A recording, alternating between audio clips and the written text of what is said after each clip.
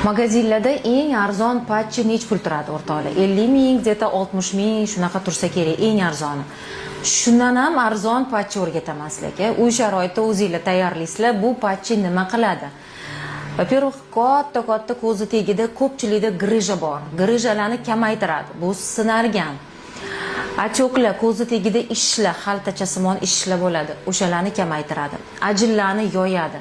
Ko'z ichidagi yallig'larni, shamollashlarni oladi va hattoki qovoq osilishiga ham foyda beradi.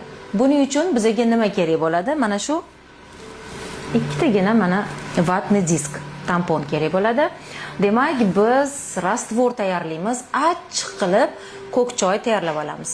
Achchiq qilib ko'k choy damlab olamiz. Ko'k choyimizga ikkita dona gvazdika urug'ini, ya'ni gulchasini solamiz. Ikkita dona yetadi.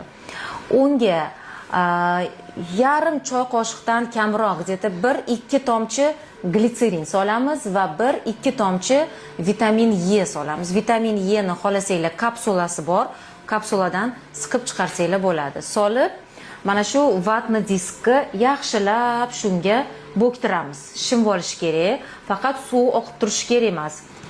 Quritib, yaxshilab suvni oqizib tashab, ko'zimizga toza yuvilgan ko'zimizga faqat qaranglar, bitta anaqasi bor.